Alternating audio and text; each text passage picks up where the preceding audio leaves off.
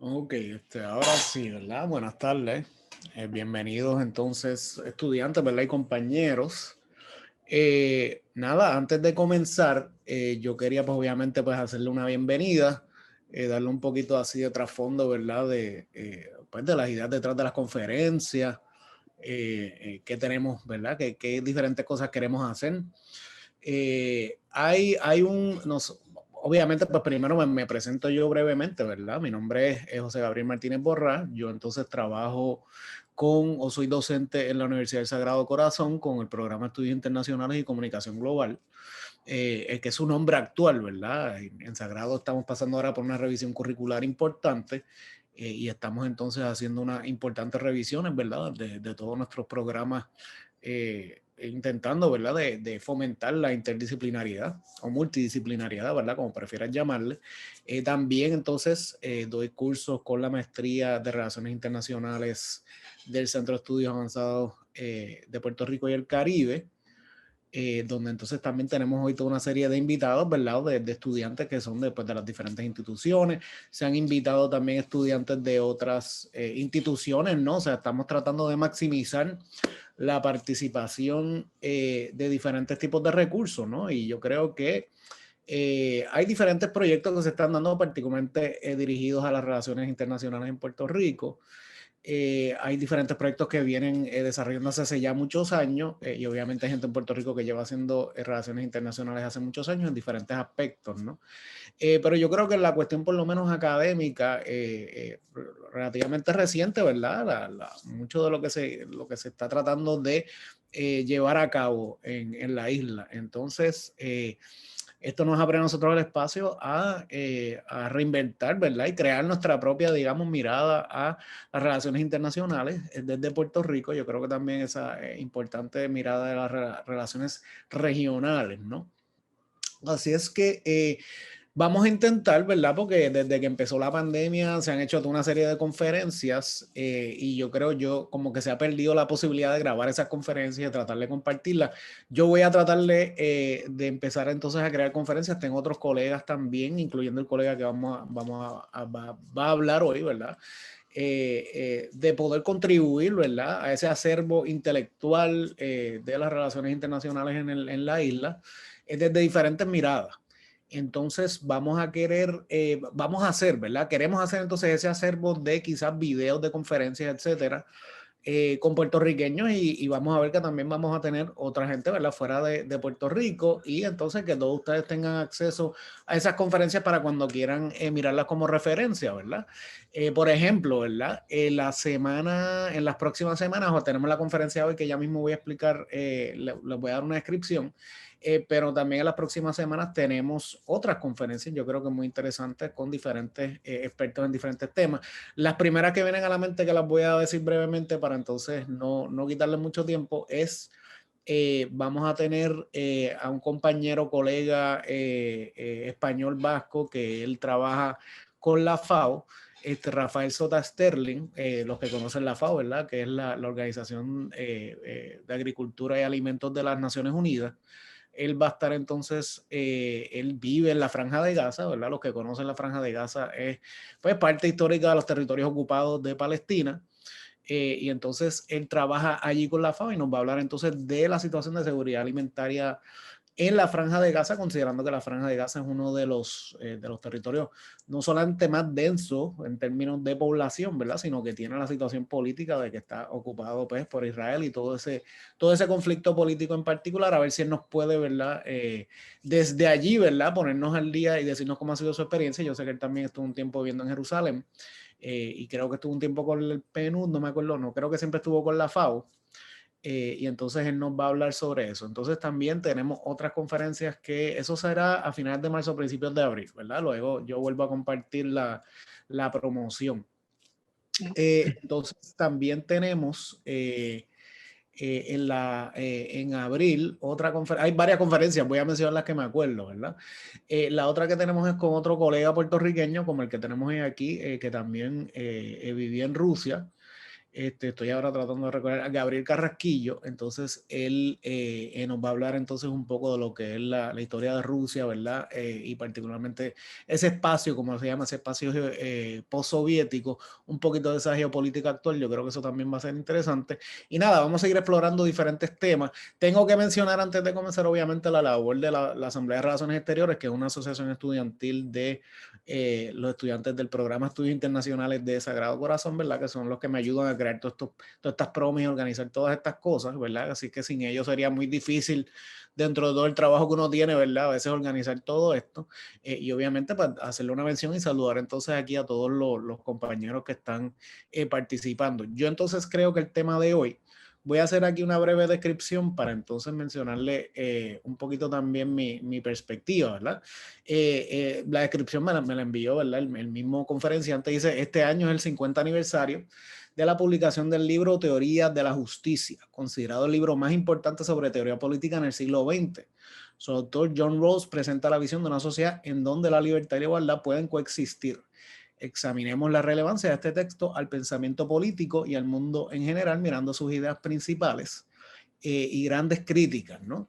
Si es que yo, para mencionarlo brevemente, es un tema que a mí me interesa porque quiero aprender más, ¿verdad? Y estoy muy contento de que entonces nos van a ilustrar sobre ello hoy.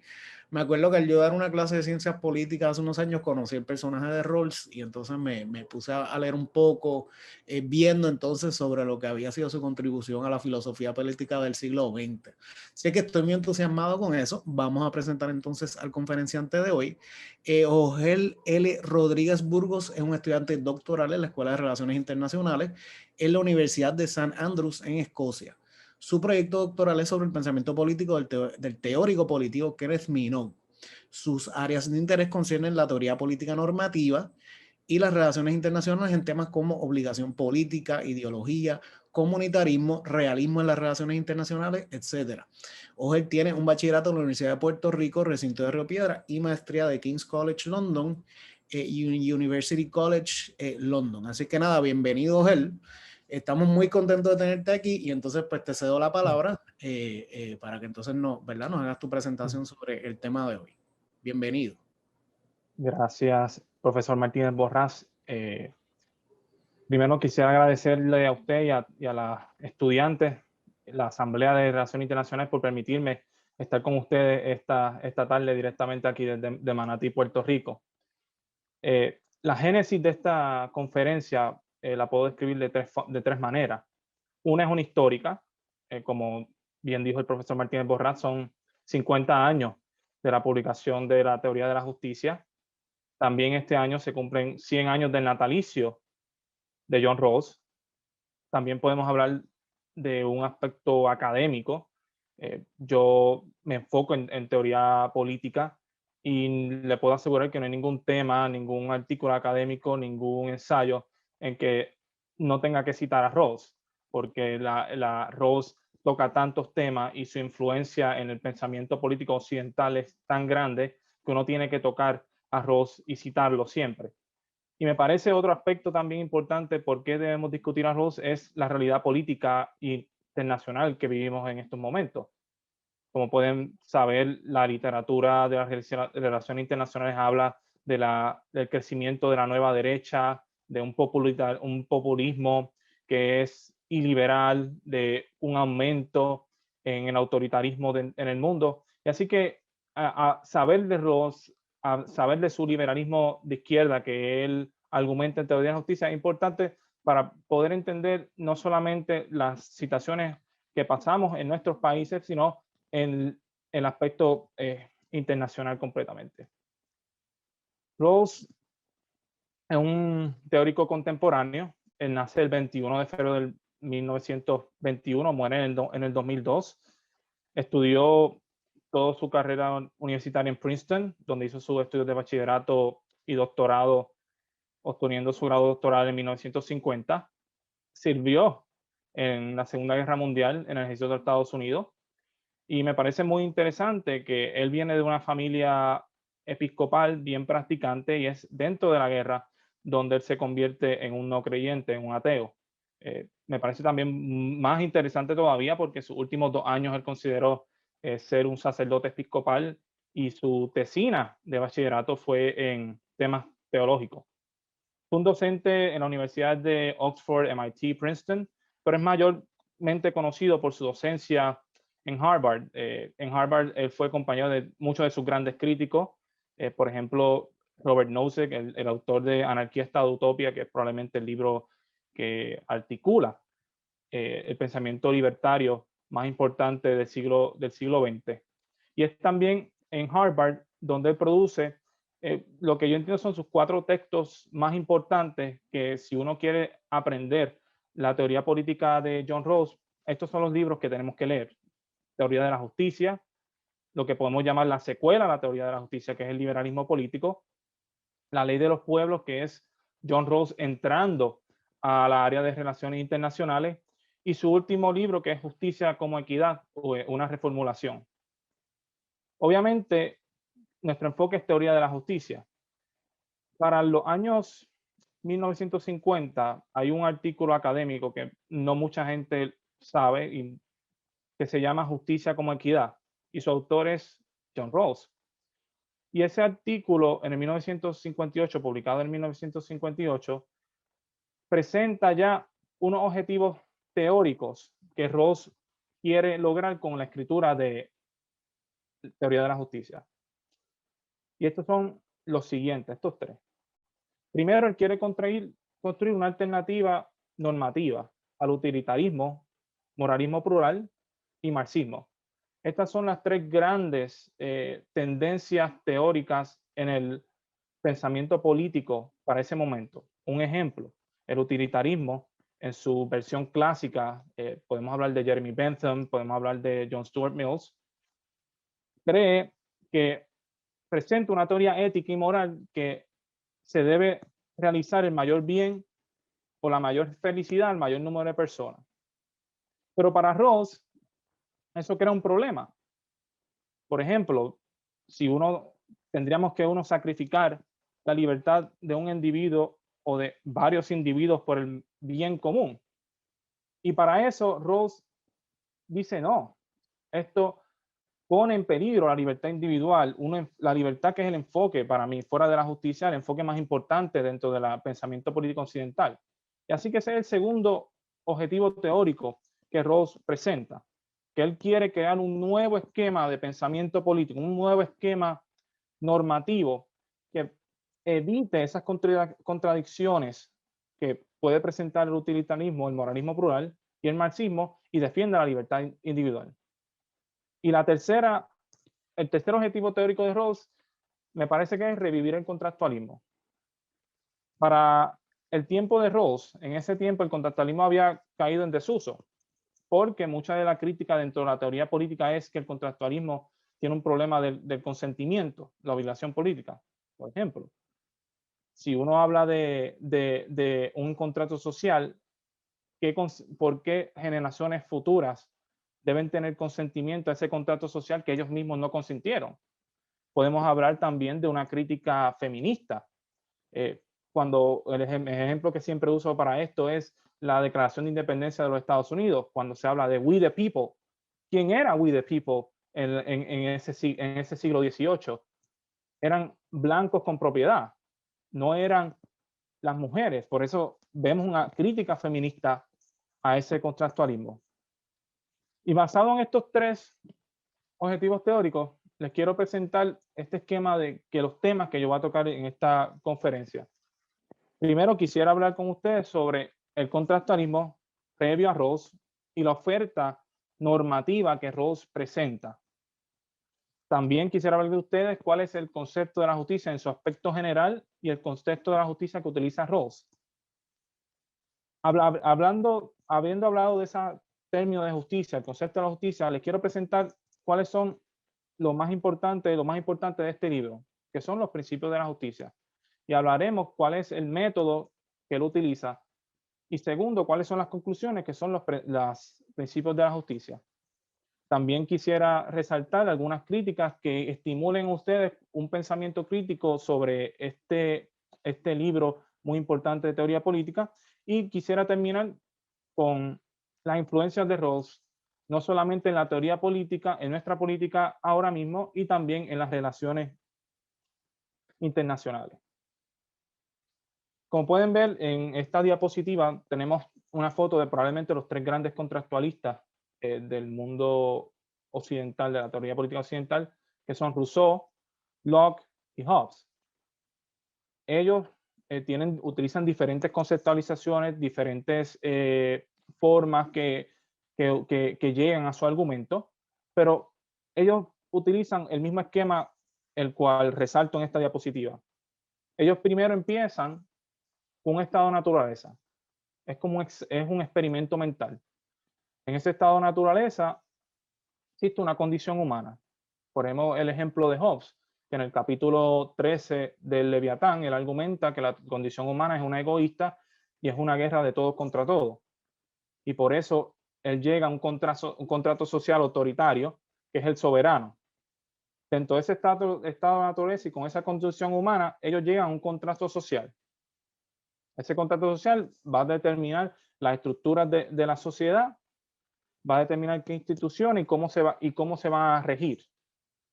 Habiendo establecido ese contrato social, eso permite, que esas nuevas instituciones, que ese nuevo contrato social sea legítimo, porque todos consentimos a ello.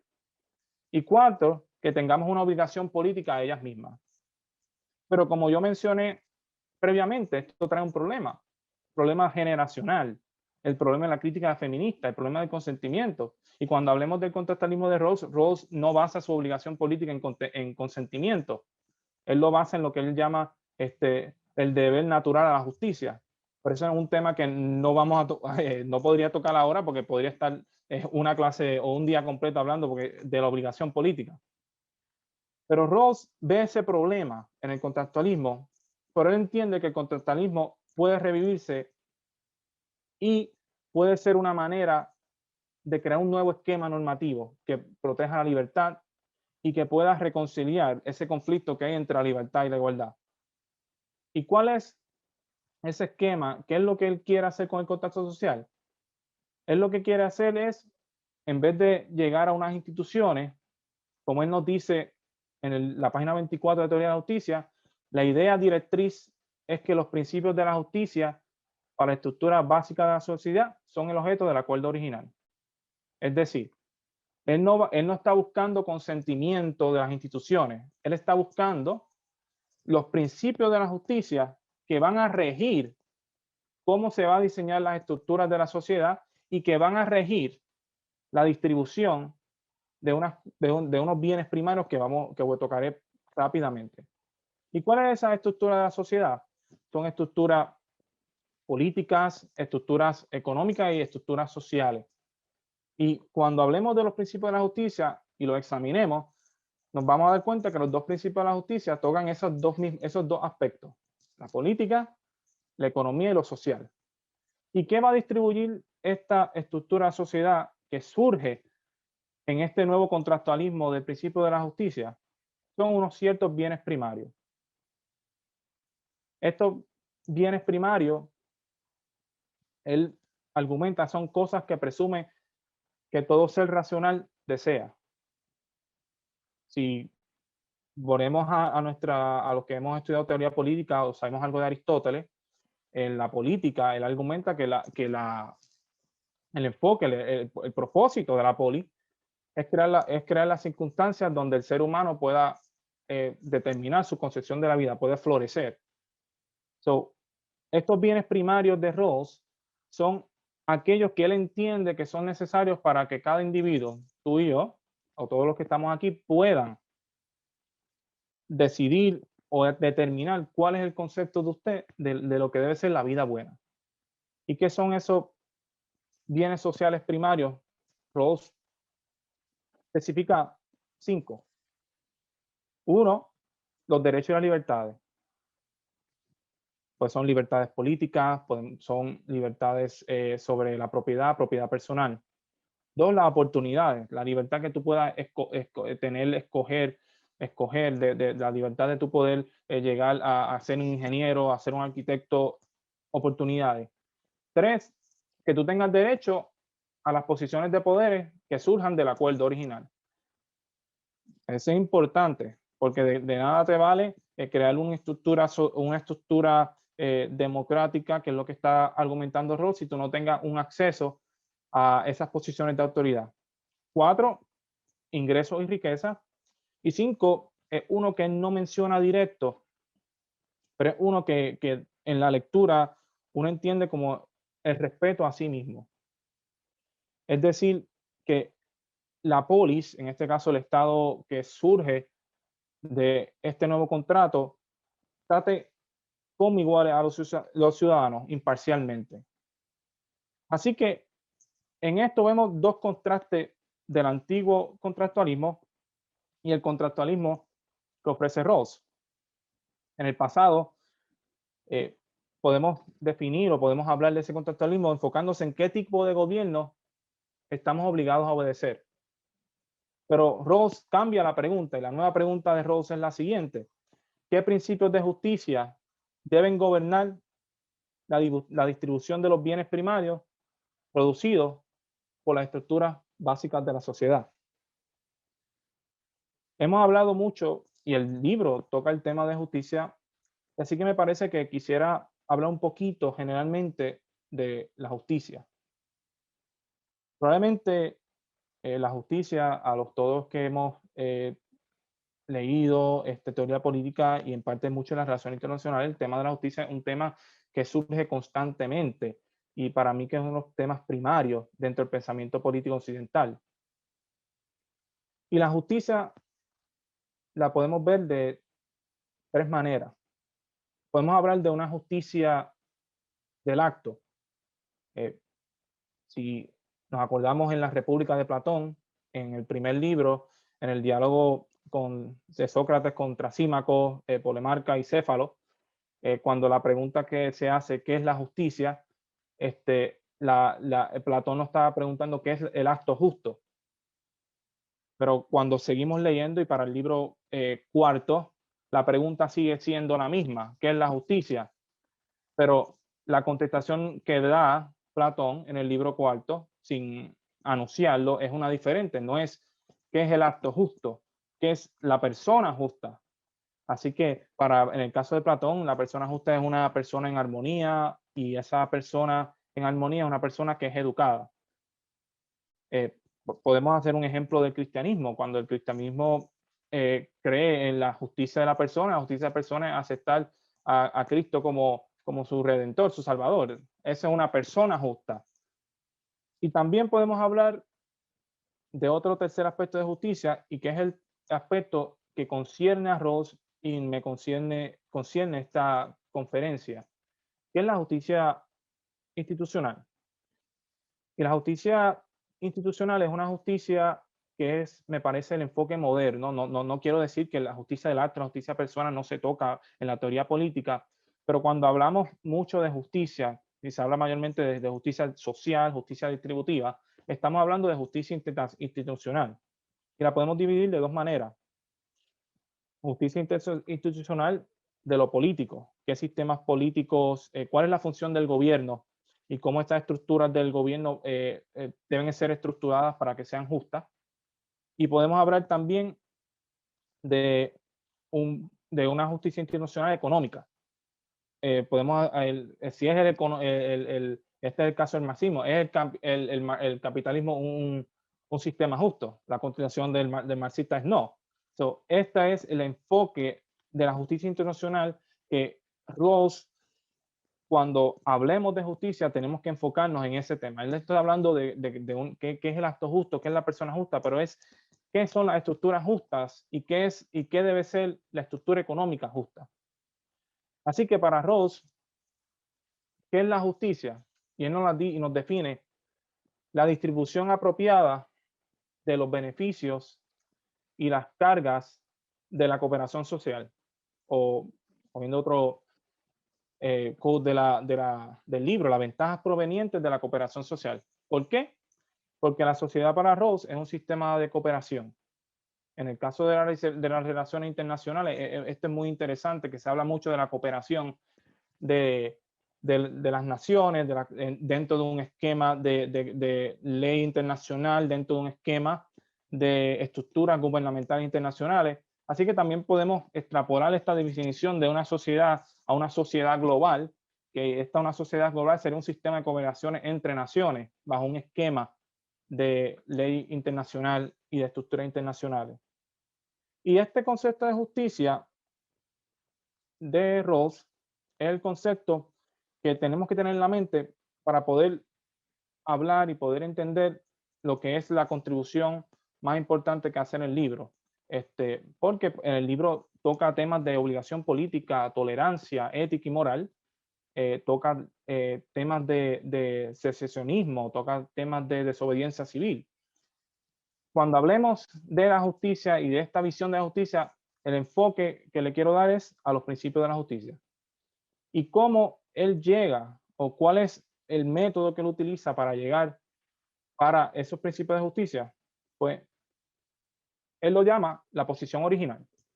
Es lo mismo que un estado de naturaleza. Es un estado, es un experimento mental.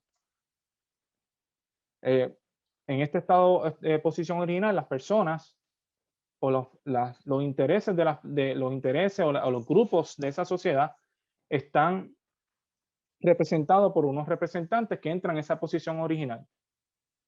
Dentro de esa posición original, ellos están, y esto es para mí que lo más importante y lo innovador que él trae a este experimento mental es el velo de la ignorancia. El velo de la ignorancia es algo, es un experimento, un instrumento mental que lo utiliza porque él entiende que es importante para llegar a los principios de justicia. En ese velo de ignorancia, los individuos no saben 5 cosas. No saben su posición social, no saben sus doctrinas religiosas, morales, éticas, no saben su raza, su grupo étnico, no saben su género y no saben sus dotaciones nativas. Es decir, si son inteligentes, su composición genética. ¿Por qué? Porque claramente si él quiere llegar a unos principios de justicia, él entiende que estas ideas pueden sesgar al individuo a tomar decisiones que él consideraría racional, pero no serían los principios de justicia. Pero eso no quiere decir que dentro de esta posición de original somos personas, somos atomizadas, somos personas que no sabemos nada. Él sí presenta unos conocimientos que sí deben saber las partes para llegar a esa conclusión. Uno es la capacidad de formar o revisar una concepción del bien. Es decir, ellos saben qué vida buena ellos quieren. Por eso, ellos tienen una necesidad de los bienes primarios. Ellos tienen un conocimiento general de la psicología y la sociología humana, saben la condición humana y saben que la sociedad está en las circunstancias de justicia. Y en esta posición original podemos hablar, como mencioné, sobre la condición humana en el estado de naturaleza de Hobbes, que son racionales, interesados y mutuamente desinteresados. ¿Por qué esto es importante? Porque Rawls quiere y presenta un principio que llama un principio de maximización. Él quiere crear un experimento mental en donde las personas racionalmente decidan estos principios de justicia. Estos principios de justicia que ellos no conocen, pero ellos quieren maximizar el estado que ellos van a salir del velo de ignorancia. Ellos entran en la posición original, ellos no saben su condición social, ellos no saben, vamos a suponer, ellos pueden ser un maestro cuando entren a esa posición original, pero ellos no saben, quizás salgan de esa posición original siendo un arquitecto o siendo un biólogo. Este experimento mental lo que permite es a Rawls hacer el argumento que sería racional, maximizar lo que él llama los 2 principios de la justicia. El primer principio de la justicia es un principio de la libertad.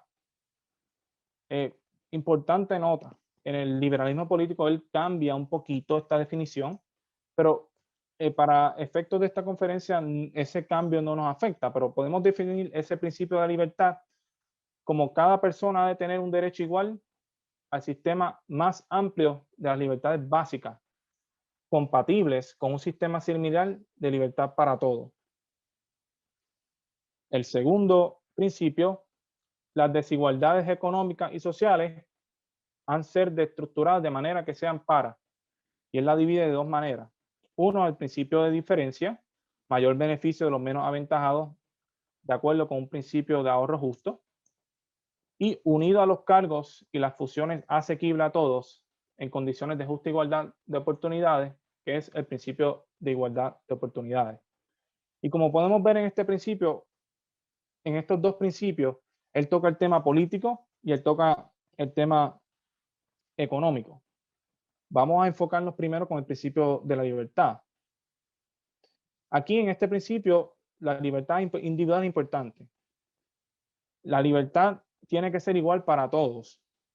Obviamente, Rawls considera que hay unas libertades más importantes que otras. Por ejemplo, él habla de propiedad personal como siendo una libertad básica importante, pero él niega un derecho absoluto a la libre propiedad. Y eso, si uno lee a Robert Nozick, que son unas críticas más grandes, podemos hablar del principio de igualdad de oportunidades, que es un principio de igualdad bien radical y me parece que mucha gente no lo toca, que es un principio bien radical, porque como nosotros utilizamos siempre la frase, yo creo en la igualdad, no creo en la igualdad de resultados, pero creo en la igualdad de oportunidades. Pero en un aspecto de teoría política, ¿qué significa la igualdad de oportunidades? Por ejemplo, todos tenemos diferentes composiciones genéticas, todos tenemos diferentes talentos. ¿Cómo yo aseguro una igualdad de oportunidades? Eso, para mí, me parece que eso trae un aspecto bien totalitario. Tenemos que crear una sociedad ideal donde todos tengan los mismos talentos para que tengan las mismas igualdades de oportunidades.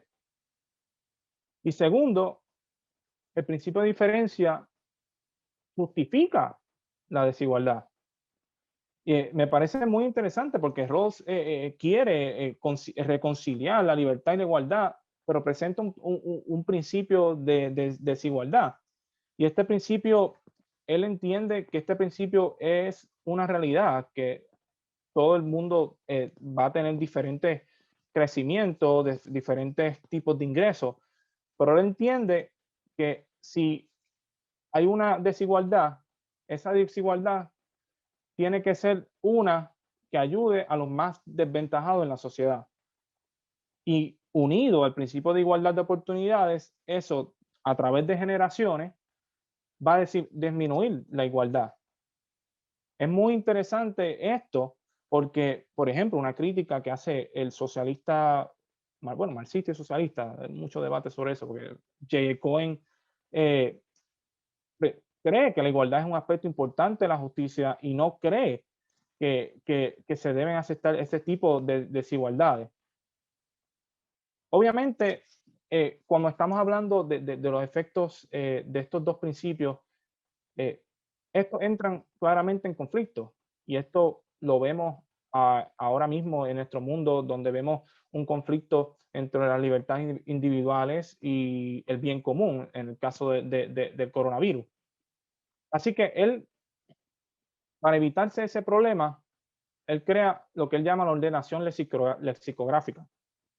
Es decir, que para uno examinar qué principio debe prevalecer, se tiene que seguir de la siguiente manera. Primero tiene que ser el principio de la libertad. Segundo, el principio de igualdad de oportunidades. Y tercero, el principio de diferencia. Tomando también las palabras de Rawls, él dice, las demandas de libertad han de ser satisfechas en primer lugar. Mientras esto no se logre, ningún principio entra en juego.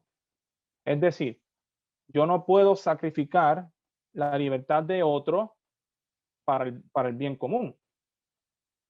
Es muy interesante. Él está priorizando la libertad sobre el bien común. ¿Y por qué? Porque si uno está en la posición original y no sabe cómo va, en qué situación social va a salir cuando se remueva el velo de ignorancia, uno quisiera que la libertad mía sea protegida, sobre todo, que no me sacrifique mi libertad para ayudar a otro. Así que priorizando la libertad, Rawls permite crear un sistema estable, un sistema que cumpla y genera obligación política a eso. Obviamente, obviamente, este, priorizando la libertad sobre el bien común trae sus problemas. Así que Rawls quiere en parte decirnos que no, que si queremos tener una buena vida, la libertad tiene que ser primordial. No podemos priorizar el bien común porque eso inevitablemente cuesta la libertad. Y si eso cuesta libertad, pone en peligro los esquemas, el contrato social que hemos acordado todos, que hemos entrado en esa posición original. Obviamente, estos principios de justicia generan unas críticas importantes y quisiera enfocarme en dos tipos de críticas. Una, la podemos hablar una crítica del método. Podemos ver en esa diapositiva, en su izquierda está el socialista J.E. Cohen, y en la derecha, si alguien ha estudiado derecho o quiere estudiar derecho, es probablemente uno de los filósofos de derecho más importantes del contemporáneo, que es Ronald Dworkin. Y la primera crítica de este método es que los contratos hipotéticos no nos vinculan ni crean obligación política. Nos dice Dworkin, un contrato hipotético no es simplemente una forma desviada de un contrato real. Lisa y llanamente no es un contrato, que nos quiere decir que cualquier experimento mental que está haciendo Rawls es una pérdida de tiempo, porque es una hipotética, algo que nunca pasó. Y eso no debe crear en las personas una obligación política aceptar esta estructura de gobierno. También podemos hablar de una crítica comunitaria. En la foto de arriba tenemos a Charles Taylor, el filósofo canadiense, y a Michael Sandel. Y esa crítica del método es que el velo de ignorancia crea una concepción del ser humano muy individualista e irreal dentro de la posición original. Como dice el profesor Rivera de la Universidad aquí de Sagrado Corazón, él siempre menciona que esta frase de Aristóteles, que somos animales políticos.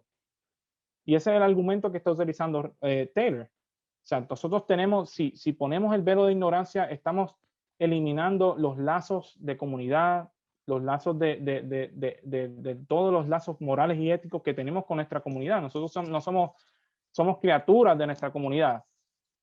Si aceptamos ese velo de ignorancia, estamos creando una situación, una condición humana inhumana en ese sentido.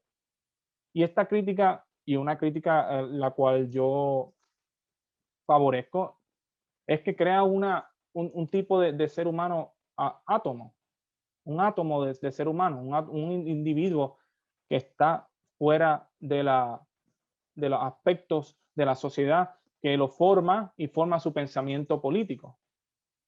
Podemos también enfocarnos en unas críticas en la conclusión.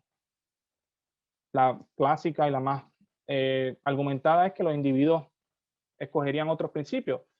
Si yo, por ejemplo, quito del velo de ignorancia las dotaciones, como dice Brian Barry, pues puede ser que sea racional que yo escoja otros principios de justicia. Puede ser racional que yo coja un principio de justicia utilitarista, como nos argumenta Arsain, o puede ser racional que yo favorezca un principio de la justicia que favorezca el bien común sobre la libertad.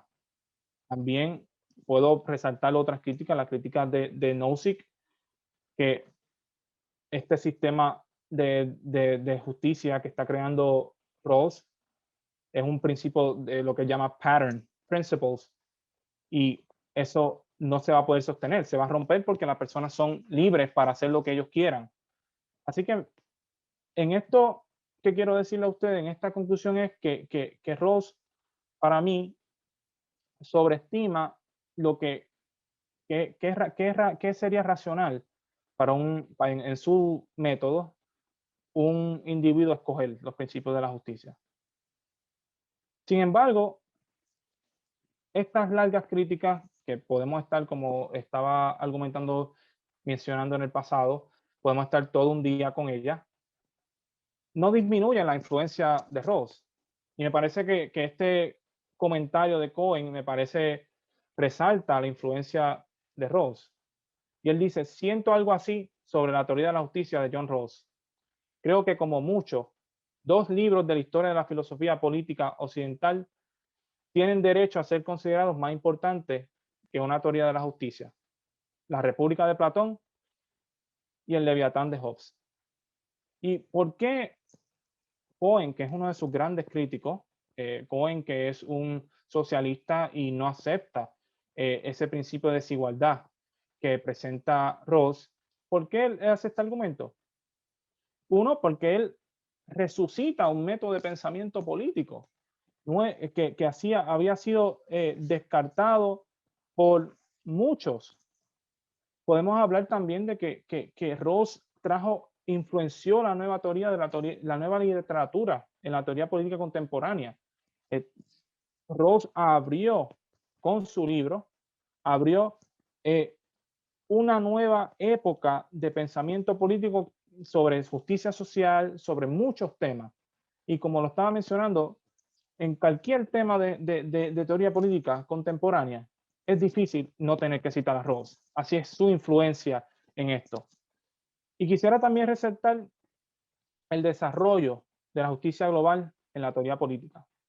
En un tema que se toca mucho en las relaciones internacionales, que es el pensamiento político en el aspecto de relaciones internacionales, Rawls no solamente crea un nuevo esquema normativo para argumentar que la libertad y la democracia liberal debe ser un estado ideal. Quisiera también poner en perspectiva que lo que está argumentando Rawls en teoría de la justicia no es algo en relaciones internacionales directamente. Él se está enfocando en un estado ideal. Pero tenemos que ver que dentro del ámbito internacional, Rawls crea ese esquema normativo para desarrollar políticas dentro de las Naciones Unidas sobre tolerancia, sobre muchos temas. ¿Y cuál es la base teórica normativa que utilizan muchos de estos teóricos políticos? Por ejemplo, Anthony Lang es uno que utiliza muchos Rawls en esto. Es estas ideas de Rawls, estas ideas del liberalismo político. Y así quisiera concluir habiendo hablado un poquito de lo que toca Rawls, como me parece con unas cuantas 3 preguntas que nos podría pensar el enfoque de Rawls y, y lo que él está argumentando. En este mundo contemporáneo, el intento de Rawls de reconciliar la libertad e igualdad continúa siendo válido. Cuando se argumenta los problemas que tenemos con el coronavirus, con personas que usan un argumento sobre la libertad de que no se quieren utilizar máscaras y no se enfocan en el bien común. Podemos también hablar, debe ser la libertad individual, debe continuar como enfoque principal de nuestras instituciones. Algunas veces ponemos casi como dioses en las cartas de derecho. Deberíamos enfocarnos en la libertad individual como en el único enfoque de nuestras instituciones. O deben tener un aspecto de bien común, o deben tener un aspecto de igualdad. O podemos también hablar, las aspiraciones universalistas de Rawls todavía son aplicables en las relaciones internacionales. Debemos utilizar esta teoría de Rawls para hacer política pública foránea, enfocando en las relaciones internacionales, cuando hay muchas diferencias de comunidades, con muchas diferentes religiones, con muchos diferentes pensamientos de lo que es la vida del bien común. Con estas 3 preguntas, quisiera terminar con ustedes. ¿Alguna pregunta, duda, psicosis, extraña? Sí, muy bien, excelente presentación, Ogel. Sí, yo quiero abrir ¿verdad? El espacio para estudiantes con preguntas, las pueden hacer directamente al conferenciante o si lo quieren escribir también en el chat de es posible. Yo creo, hay alguien que tenga una pregunta de buenas a primeras. Yo para mí, o sea, tú postulas estas preguntas y me parece que lo que queremos es que tú las contestes tú, ¿verdad? Pues yo creo que hay unas preguntas ahí bastante interesantes. En parte tú mencionas ¿cómo se diría? Lo que tú entiendes son las influencias, ¿verdad? Que ha tenido Rawls de allá para acá, ¿no? En su carrera, siendo entonces uno de los filósofos políticos más importantes del siglo XX. No sé si quisieras elaborar un poquito en eso. Realmente, ¿cómo tú crees que se ha llevado a cabo una especie de cómo Rawls ha influido en llevar a cabo quizás esto a un elemento práctico? Porque él mismo hablaba de estructuras e instituciones, ¿no? Se ha implementado, hay digamos, la influencia de Rawls a corto y a largo plazo en términos de implementarlo a nivel práctico. Yo diría el mejor ejemplo sería el gobierno de José Luis Zapatero en España.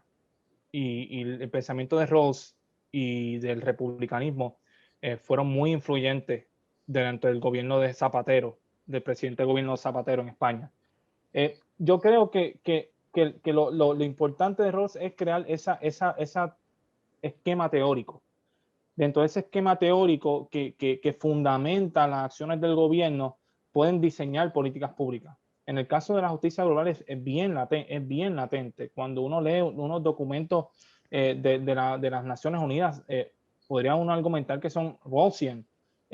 Son bien Rawlsian porque hablan mucho de ese énfasis en la tolerancia, ese énfasis en la libertad, ese énfasis en que aceptamos que las desigualdades existen, pero tenemos que buscar formas de, primero, expandir la igualdad de oportunidades y hacer esas desigualdades que pueden haber, por ejemplo, desigualdades de recursos naturales, que se puedan utilizar de una manera que ayuden a esas naciones. Así que me parece que en el práctico podemos hablar también del gobierno de Tony Blair.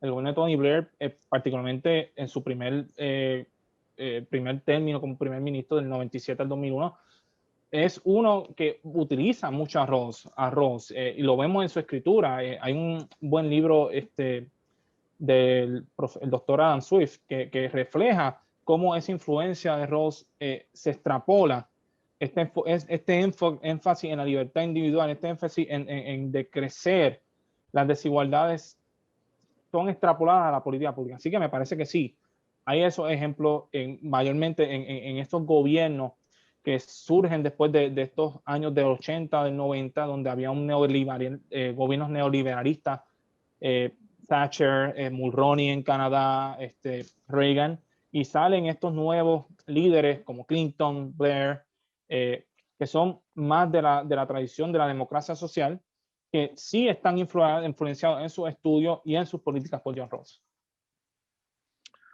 Sí, en particular recuerdo que Clinton le dio un premio, con lo cual fue un premio de la Casa Blanca a Rawls, ¿verdad? Que eso evidenciaba, ¿no? Que entonces la influencia de Rawls, por lo menos en ese, digamos, quizás un poco en los que escribieron este libro de la tercera vía, ¿no? Quizás bueno, estaba el sociólogo, ¿cómo se llamaba él? Ahora se me olvida el nombre, pero también el libro que creo que escribió Tony Blair con Gerhard Schroeder, que fue el canciller alemán y todo eso. Canciller alemán. Sí. Evidentemente, pues tenían esa influencia de Rawls. Otra pregunta que también a mí me es curioso, yo creo que hay, yo no sé si lo mencionaste, creo que sí, pero no recuerdo, quizás la postura de Nozick. Nozick tenía una postura diferente a Rawls, ¿no? O sea, había unos puntos ahí encontrados. Entonces era para ver si podías también aclarar quizás un poquito lo que fue ese debate. En términos también de las críticas, claro. un poquito las críticas a Rawls, ¿no? Como mencioné, Nozick es probablemente el libertario más filósofo libertario más importante del siglo XX. En su libro Anarquía, Utopia y se me fue el otro título. Ahora, él empieza probablemente con el libro, en la primera página, él piensa que el gobierno no debe quitar las libertades individuales, que el gobierno tiene libertades individuales, el ser humano tiene libertades individuales y que el gobierno no las puede sacar. Entonces, la primera parte del libro se enfoca en haciendo un argumento por el Estado. Y cuando llega a la mitad del libro, es su enfoque en la teoría de Rawls. porque él entiende que toda teoría de distribución social, de justicia distributiva, es lo que él llama un pattern principle, un pattern principle. ¿Qué es lo que quiere decir con eso? Que cualquier esquema de distribución social tiene que mantener un pattern para poder seguir generación tras generación siendo válido. Lo que argumenta Nozick de una forma bien libertaria es que esos principios no se van a mantener de generación a generación porque tenemos libertad individual. Y él utiliza, por ejemplo, un ejemplo que es bien famoso en la filosofía política, el ejemplo de Will Chamberlain. Él argumenta, Will Chamberlain hace un tour de básquetbol y él le cobra a cada persona $25 por verlo. Obviamente hay una transferencia de riqueza. Si 100 personas le pagan $25, hay una transferencia, hay una desigualdad que está surgiendo. Pero lo que dice no, sí que eso es libertad individual. Yo quiero pagar por ese servicio. Yo quiero ver a Will Chamberlain. Así que el punto de Nozick que está diciendo contra Rawls es que es un principio de diferencia, un principio de justicia, ese segundo principio de justicia que la libertad individual no lo va a permitir que surja porque todos somos diferentes individuos, todos tenemos libertad individual y todos tenemos diferentes deseos y diferentes concepciones del bien común, de la buena vida. Así que Nozick nos dice, estos principios, la libertad individual, la libertad no los va a sostener. Y esa es su mayor crítica a Rawls. ¿Y qué le diría Rawls en ese sentido, ¿no? Ese tipo de crítica. Rawls, para mí que Rawls contestaría de la siguiente manera. Rawls primero diría que su esquema protege la libertad individual. Y él acepta que va a haber una desigualdad. El principio de la diferencia es una desigualdad. Pero él en su preocupación de igualdad, entra el principio de igualdad de oportunidades. Es decir, si yo tengo igualdad de oportunidades de cada persona, generación tras generación, como yo voy a disminuir la desigualdad económica, yo voy a disminuir la desigualdad social que hay, porque yo estoy haciendo que las estructuras básicas le den igual oportunidad. Así que él diría que no tiene ningún problema que esa desigualdad exista, que prioritarse la libertad individual. Pero él diría que el aspecto de su aspecto de igualdad en su segundo principio sería válido como quiera porque primero acepta una desigualdad. Ese es el principio de diferencia. Segundo, la igualdad de oportunidad generación tras generación va a disminuir esa desigualdad económica porque está dando igualdad de oportunidad, igualdad a cada persona a hacer la concepción del bien o la concepción de la vida buena que ellos quieran. Y yo también, o sea, desde esa misma perspectiva, un poco la postura socialista, ¿no? O sea, la crítica marxista, ¿sabes? ¿Cómo entonces, considerando quizás para el marxista o para el socialista, ¿verdad? Que hay debates, hay, como tú dices, en relación a cómo lo definimos, pudiese haber una crítica particular al velo de la ignorancia, ¿verdad? Y a las posturas de Rawls. Cohen, yo podría decir que Cohen cuando hace su crítica a Rawls, él ataca al velo de ignorancia en la posición original. Él dice, esto es un estado hipotético, esto es un estado que nunca va a pasar. Pero por el propósito de poder criticar el principio, los principios de justicia, él acepta el método en su último libro y él dice, y él comienza y ataca el principio de diferencia. Y lo que él ataca es que como quiera acepta desigualdad, porque podemos hablar de desigualdad, lo que él habla de desigualdad del luck, de la suerte.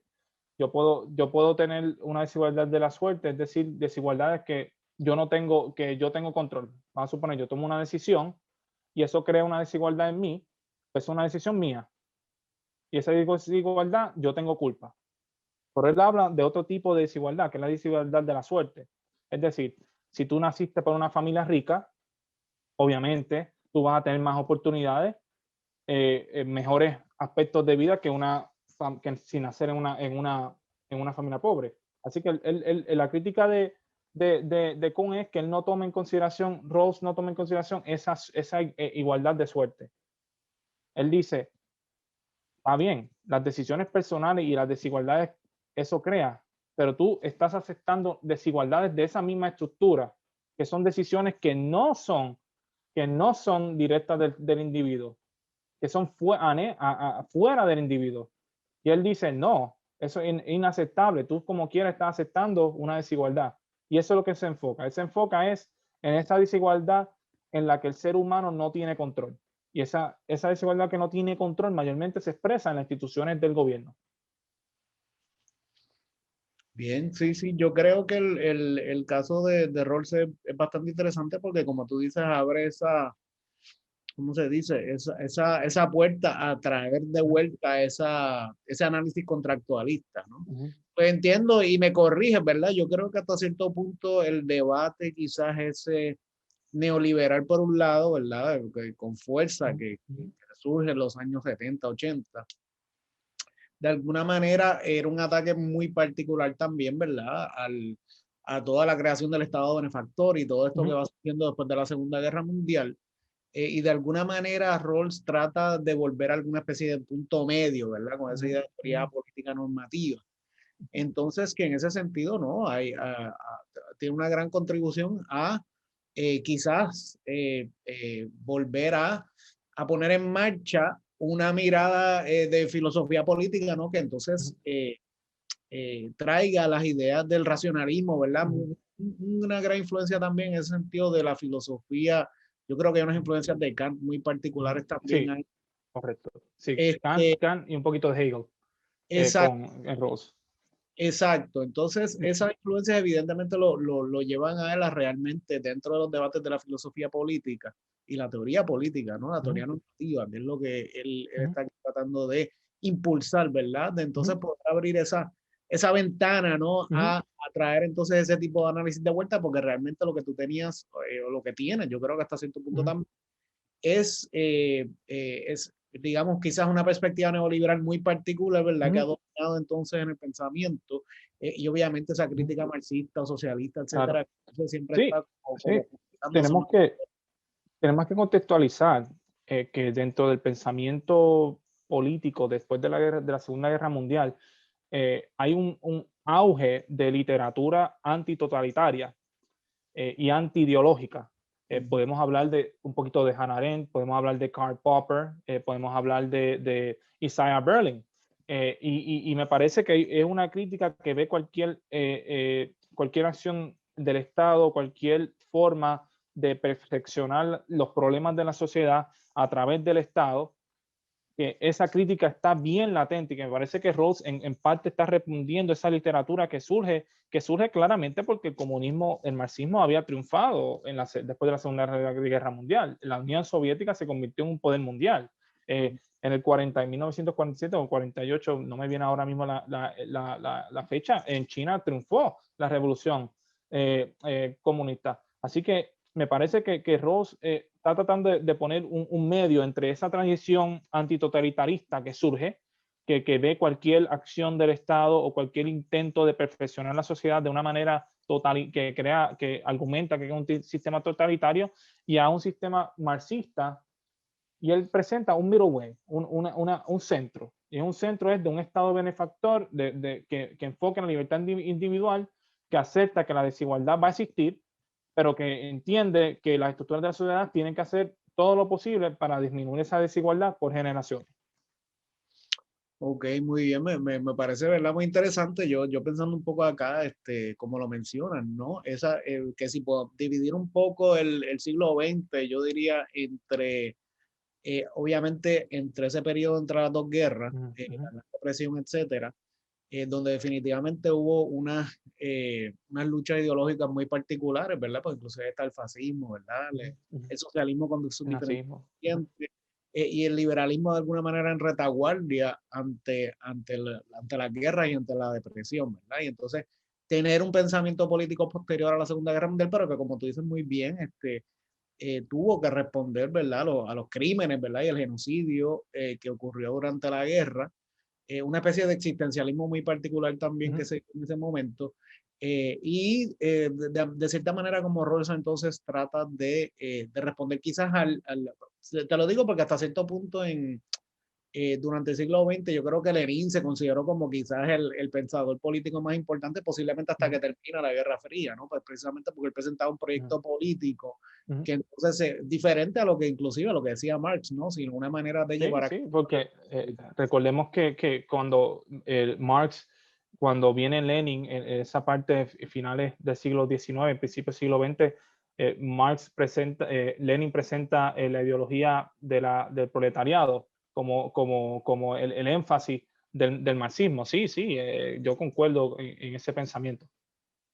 Claro, ¿no? Entonces, pues tú tienes quizás, digamos, una situación de la posguerra donde hubo que repensar un poco también, entonces, cómo llevar a cabo la idea de los derechos, ¿no? Y entonces cuando le llamas a la dimensión internacional, ¿verdad? Por decirlo así, surge definitivamente con el debate de los derechos humanos y en ese sentido, pues el debate sobre cómo, o los bienes públicos internacionales, ¿verdad? Entonces se va dando ese debate y yo creo que evidentemente cuando termina la Guerra Fría, pues ahí entonces yo creo que Rawls también tiene quizás, digamos, otro impulso en términos de ya una tradición que la había venido desarrollando, particularmente entre los años 60, 70, cuando él empezó a publicar toda esta, creo, ¿verdad? Si no me equivoco, Sí, en el que publica esos libros. Así que, no, claro. en ese sentido, ¿verdad? Pues es bien interesante. Yo creo que pudiésemos inclusive seguir abundando en términos de la influencia en las relaciones internacionales y quizás un Sí, poco en... a mí me parece el aspecto de esa idea de priorizar la libertad sobre el bien común es algo que en el aspecto internacional puede ser bien chocante. Tenemos problemas en un futuro donde va a haber escasez de recursos y cuando vamos a priorizar la libertad de la nación y de estos individuos de eso sobre el bien común, quizás del mundo. Así que en parte esa idea de Rawls tiene problemas cuando vamos a examinar los cambios sociales y económicos que están pasando sobre el mundo. Quizás sea difícil extrapolar esa idea, y me parece que es difícil extrapolar esa idea a un aspecto internacional, de priorizar esa idea a la libertad, quizás la libertad de las naciones, quizás hablando en un aspecto realista sobre el bien común mundial. Y me parece que el cambio climático es un buen ejemplo. O sea, ha habido intentos, pero grandes naciones como China, en el pasado Estados Unidos, bajo el gobierno de Trump, pues favorecieron sus intereses, la libertad de sus conciudadanos, fuera del bien común, que es la sobrevivencia del planeta Tierra y de todos nosotros. Así que me parece que Rawls, ese orden lexicográfico de favorecer la libertad en un aspecto de relaciones internacionales lo hace bien difícil extrapolarlo hablando de temas de justicia global. Excelente, no, me parece muy bien. Yo creo que hay mucha tela para cortar ahí en términos de cómo realmente queremos concebir, ¿verdad? El sistema internacional político, la globalización económica, ¿verdad? Y creo que presentas el ejemplo perfecto, ¿verdad? El ejemplo de la posibilidad de cooperación, particularmente ante la crisis climática. Sí, es que yo creo que eso puede poner en contexto un poco ese elemento de justicia global, etcétera, para llevarlo, ¿verdad? El pensamiento de Rawls. Nada, Joel, muchas gracias. Yo creo que hemos, ¿verdad?, cumplido con nuestro cometido hoy. Yo creo que ha sido una excelente presentación. Yo creo que nos hace falta más este tipo de conversación, especialmente para profundizar en términos de la filosofía política, profundizar cómo podemos llevar esto a un análisis más profundo de las relaciones internacionales e inclusive de la política doméstica también. Así que esperamos, ¿verdad?, cuando tengamos las próximas conferencias que participes también y podamos seguir profundizando con nuestros colegas. Así que nada, gracias a todos por estar aquí. Yo estaré entonces enviándole, ¿verdad?, la promoción de la próxima conferencia y espero verlos a todos allí, ¿verdad?, para seguir entonces dialogando sobre estos temas. Así que con eso, pues entonces nos vamos despidiendo. Que pasen todos buenas tardes. Gracias, profesor. Gracias, buen día.